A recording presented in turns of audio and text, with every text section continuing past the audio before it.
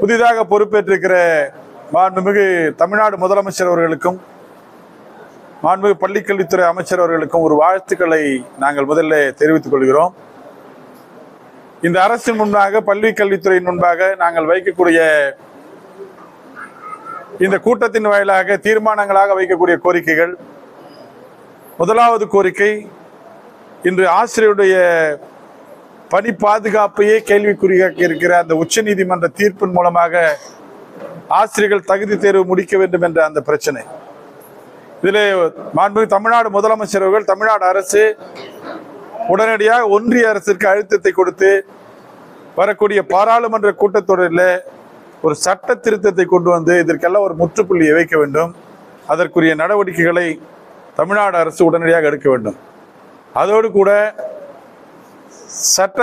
உச்ச நீதிமன்றத்திலே சட்ட போராட்டத்தையும் இன்னும் வேகப்படுத்தி உச்ச நீதிமன்றத்திலே ஒரு விலக்கை பெற வேண்டும்.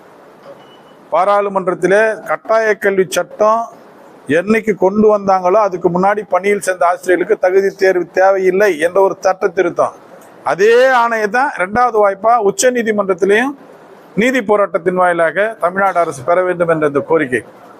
இதற்கு இடையில தான் நாங்கள் ஒரு சேஃப்டிக்காக தான் இந்த தகுதி தேர்வு, பணியில் இருப்பவர்களுக்கான தேர்வை எழுதணும்.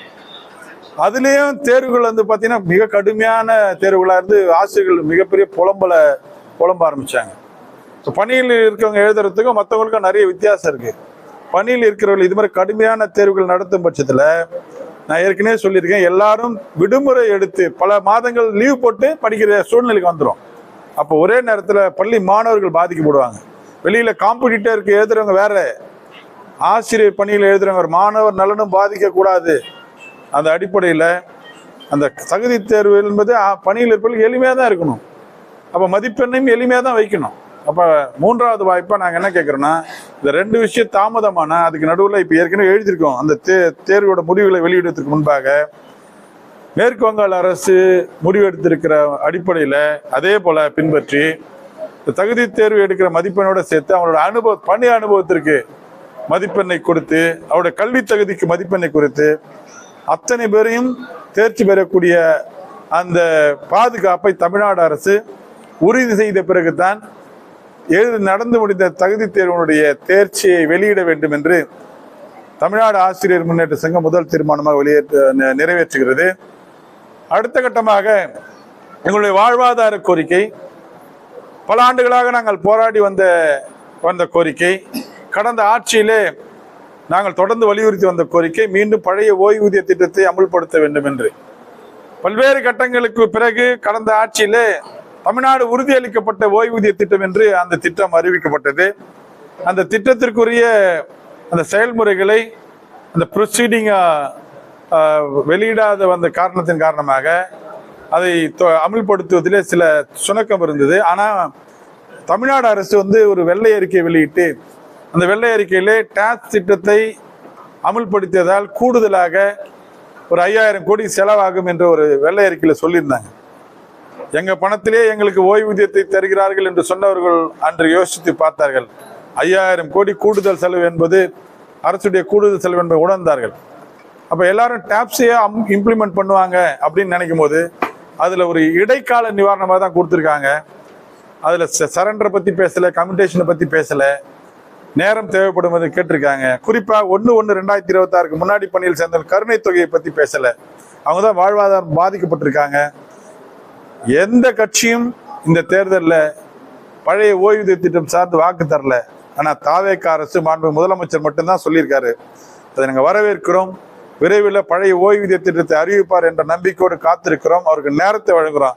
அதுக்கிடையில் முந்தைய முதல்வர், முன்னாள் முதல்வர் முத்துவேல் கருணாநிதி ஸ்டாலின் அவர்கள் அறிவித்த அந்த டாப்ஸ் திட்டத்தை, உறுதியளிக்கப்பட்ட ஓய்வூதிய திட்டத்தை, அது அவர்கள் பழைய ஓய்வூதிய திட்டத்தை அமுல்படுத்துவதற்கு முன்பாக அதுவரை அந்த திட்டத்தை முழுமையாக நிறைவேற்ற வேண்டும் என்று இரண்டாவது தீர்மானமாக நாங்கள் இந்த கூட்டத்தில் நிறைவேற்றிருக்கிறோம்.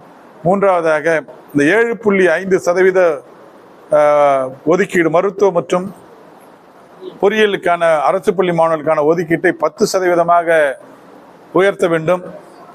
பகுதி நேர ஆசிரியர்கள் பல ஆண்டுகளாக காத்து கொண்டிருக்கிறார்கள், பணி நிரந்தரம் செய்வார்கள் என்று. அவர்களை பணி நிரந்தரம் செய்யல. ஒரு தனித்தனியா அவர் பிரிச்சு பார்க்காம தேர்தல் அறிக்கையில் அருமையா சொல்லிட்டாரு. 5 ஆண்டுகள் தொகுப்பூதியத்தில் பணியாற்றினா எத்தனை பேரையும் பணி நிரந்தரம் செய்வேன்னு சொல்லியிருக்காரு. நிச்சயமா அதை விரைவில் செய்வார்கள். அதுல முக்கியமா பகுதி நேர ஆசிரியர்களை பணி நிரந்தரம் செய்ய வேண்டும். 128 தொழிற்கல்வி ஆசிரியர்களை பணி நிரந்தரம் செய்ய வேண்டும். இவை எல்லாத்துக்கும் சேர்த்து 5 ஆண்டுகள் முடித்தவர்கள் அத்தனை பேரையும் பணி நிரந்தரம் செய்ய வேண்டும். அப்போதுதான் சிறந்த நிர்வாகத்தை அரசு அமைக்க முடியும் என்ற அடிப்படையிலே அதை அவர் நிறைவேற்ற வேண்டும் என்று எங்களது கோரிக்கையை நாங்கள் வைக்கிறோம். அடுத்த கட்டமாக கடந்த காலத்தில் சம வேலைக்கு சம ஊதியம் என்ற ஒரு போராட்டத்தை அறிவித்து கிட்டத்தட்ட 27 நாட்கள் அவங்க போராடினாங்க. எவ்வளவு முயன்றும் கூட கடைசி நேரத்தில் அவங்களுடைய கோரிக்கை நிறைவேறவில்லை. அவர்கள் மீது எடுக்கப்பட்ட ஒழுங்கு நடவடிக்கைகளை ரத்து செய்யவில்லை. இன்னி வரை இருக்காங்க. மாண்புமிகு தமிழ்நாடு முதலமைச்சர், பள்ளிக்கல்வித்துறை அமைச்சர் இந்த விஷயத்தில் தலையிட்டு முதல் கட்டமாக இந்த 27 நாள் அவங்க மீது எடுக்கப்பட்ட ஒழுங்கு நடவடிக்கை ரத்து பண்ணதோடு மட்டுமல்லாமல் இந்த போராட்ட காலங்களை பணி வரைமுறைப்படுத்த வேண்டும் என்று தமிழ்நாடு ஆசிரியர் முன்னேற்ற சங்கத்தின் சார்பாக கேட்டுக்கொள்கிறோம். இந்த அரசு ஆசிரியர் அரசூழியர்களை பெரிதும் மதிக்கிற அரசாக இருக்க வேண்டும் என்று நாங்கள் நம்புகிறோம்.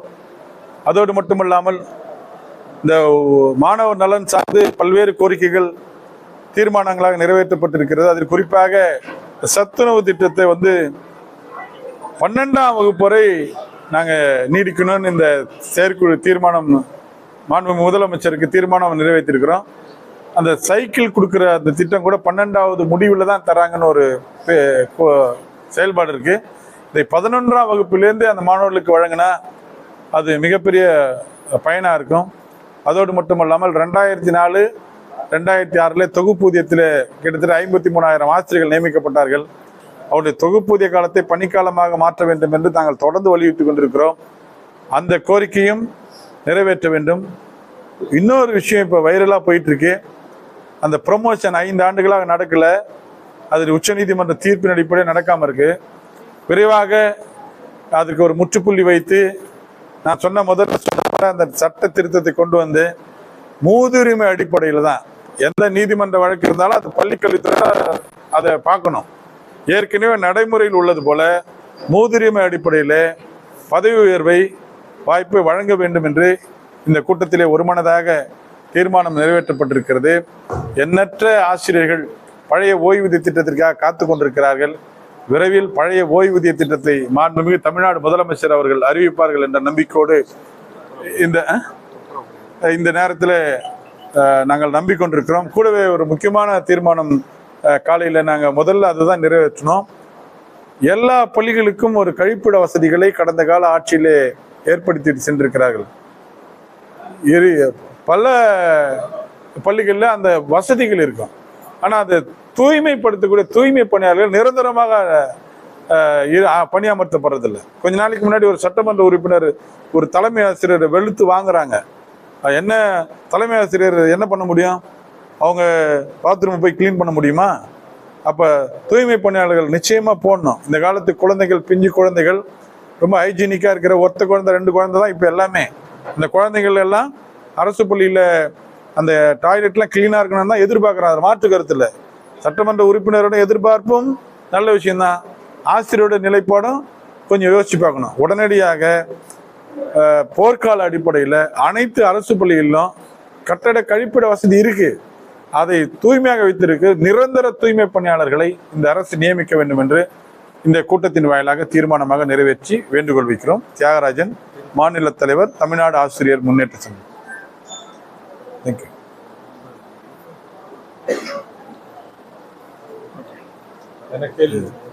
இல்ல கேள்வி கேட்கிறேன், வரல.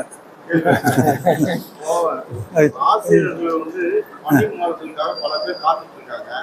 ஆனா அது நடக்கல. பட் ஆனா அமைச்சரோட மனைவி இங்க இருந்து பல்லாவரத்துல இருந்து திருவள்ளிக்கேணி போயிருக்காங்க. அது எப்படி போனாங்க? அதே போல பெருங்குளத்தூர்ல ஒரு பதவிக்கு 2 ஆசிரியர் இருக்காங்க. அது எப்படி வந்தாங்க? இது போல முரண்பாடுகள் இருக்குன்னு சொல்றாங்க. இது அதிகாரிகளோட துணையோட நடக்குதா இல்ல ஆட்சியாளர்களோட அது நீங்க உங்க ஆசிரியர்? அதாவது இந்த அரசு எதிலும் ஒளிவு மறைவு இல்லாமல் இருப்போம், நாங்கள் தூய ஆட்சியை கொடுப்போம்னு சொல்லி வந்திருக்காங்க.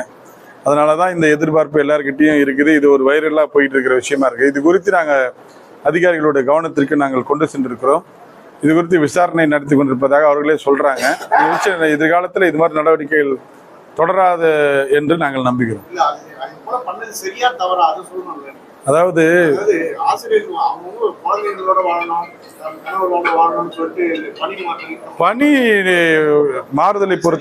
பணி மாறுதலை பொறுத்தவரை கலந்தாய்வு தொடர்ந்து நடைபெற்று வந்து இந்த சூழ்நிலையில நீதிமன்றத்தோட தலையிட்ட அழைப்பு பணி மாறுதல் கலந்தாய்வு நிறுத்தப்பட்டிருக்கிறது. இந்த பணி மாறுதல் கலந்தாய்வு தொடர்ந்து நடத்தப்படுகிற சூழ்நிலையில நிச்சயமா இது வர இடர்பாடுகள் தவிர்க்கப்படும். எல்லாரும் காத்துட்டு இருக்கிறாங்க. எல்லாரும் எவ்வளவு பேர் பயனடைஞ்சிருப்பாங்க. பாதி நடந்துருச்சு. அப்ப நீதிமன்றம் தலையிட்டு டிரான்ஸ்ஃபரை நிறுத்தி வச்சிருக்கு. அது வந்தா இதெல்லாம் சரி செய்யப்படும் என்பது எங்களோட கருத்து.